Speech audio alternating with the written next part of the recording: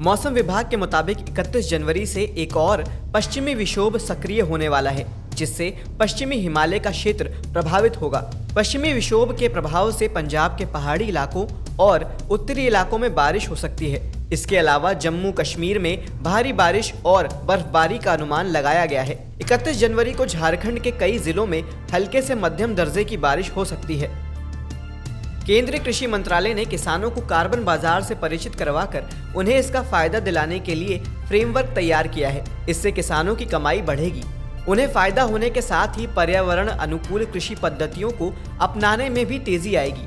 भारत में green house गैसों के उत्सर्जन से कृषि का योगदान करीब 14% है।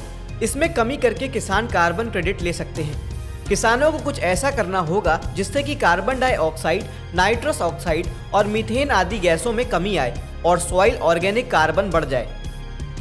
भारत का भरोसेमंद एग्री ट्रेडिंग ऐप बीजक भी ई नाम के साथ जुड़ गया है। इस पीओपी का मकसद किसानों और बाजार व्यापारियों को शुरू से अंत तक सेवाएं देना है।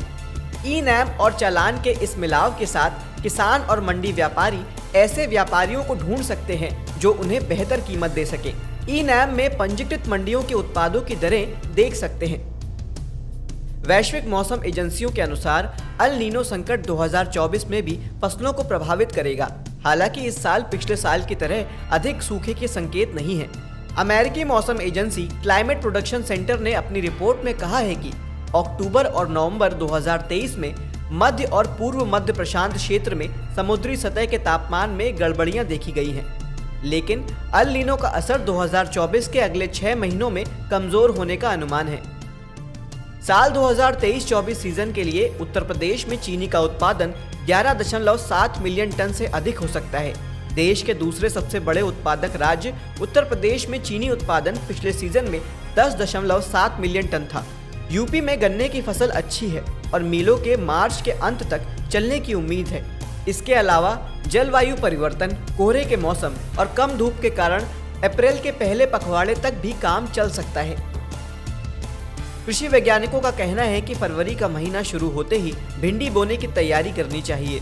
फरवरी में सर्दी के तेवर ढीले पड़ने लगते हैं। साल का यह दूसरा महीना भिंडी की फसल की बुआई के लिए मुफीद होता है। बुआई के लिए एक बार गहरी जुताई करने के बाद 2 बार कल्टीवेटर से हल्की जुताई करके मिट्टी को भुरभुरी कर लें। अगर आपने अपने मिट्टी की जांच कराई है तो आपकी मिट्टी को जिन खाद उर्वरकों या जिस भी पोषक तत्व की जरूरत है उसी पोषक तत्व या खाद का प्रयोग करें। अगर आप स्वीट कॉर्न की खेती करते हैं तो भुट्टों से सिल्क निकालने के 24 घंटे के अंदर स्वीट कॉर्न की तुड़ाई कर लेनी चाहिए। कृषि के जानकारों के मुताबिक अगर इस समय तुड़ाई में देरी की जाती है तो फिर इसके कारण भुट्टों की गुणवत्ता में कमी आती है। किसान ध्यान दें कि 15 दिनों के अंदर अपने खेत से वो 2 से 3 बार फसल की तुड़ाई कर सकते हैं। ऐसा करेंगे तो बाजार में किसानों को सही रेट मिलेगा। बिहार सरकार मधुमक्खी पालन पर 90% तक सब्सिडी देगी। इस योजना के तहत सरकार मधुमक्खी पालकों को 400 रुपए में एक बॉक्स और छत्ता दे रही है। छत्ते में रानी, ड्रोन और श्रमिकों के साथ 8 फ्रेम होंगे, जिनकी आंतरिक दीवारें मधुमक्खियों और कलियों से ढकी होगी। मधुमक्खी पालन और शहद उत्पादन कार्यक्रम के तहत 2200 मधुमक्खी बक्से लगाए जाएंगे, जिससे किसान कम लागत में अच्छी आय कमा सकेंगे। अगर आप भी पशुपालन में दिलचस्पी रखते हैं तो सरकार की पशु क्रेडिट कार्ड योजना की मदद से पशु खरीद सकते हैं। पशु पालने के लिए सरकार की तरफ से लोन दिया जा रहा है। इसके तहत गाय और भैंस खरीदने के लिए और उसके रखरखाव के लिए आप 1.60 लाख रुपए तक का लोन ले सकते हैं। इस लोन को लेने में किसानों को सबसे बड़ा फायदा यह है कि इसके लिए आपको किसी प्रकार के किसी चीज को गिरवी यानी बंधक रखने की जरूरत नहीं है। किसान संगठनों ने सरकार से उनके लिए रेलवे की तरह अलग बजट पेश करने की मांग की है।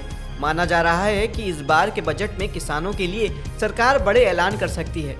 इसमें अधिक कर्ज देने से लेकर सस्ता कर्ज मुहैया कराने तक कई तरह की घोषणा किए जाने की उम्मीद है। इसके साथ ही कृषि इंफ्रास्ट्रक्चर में सुधार करके और नई तकनीक को बढ़ावा देकर किसानों की लागत घटाकर कमाई बढ़ाने की भी कोशिश की जा सकती है।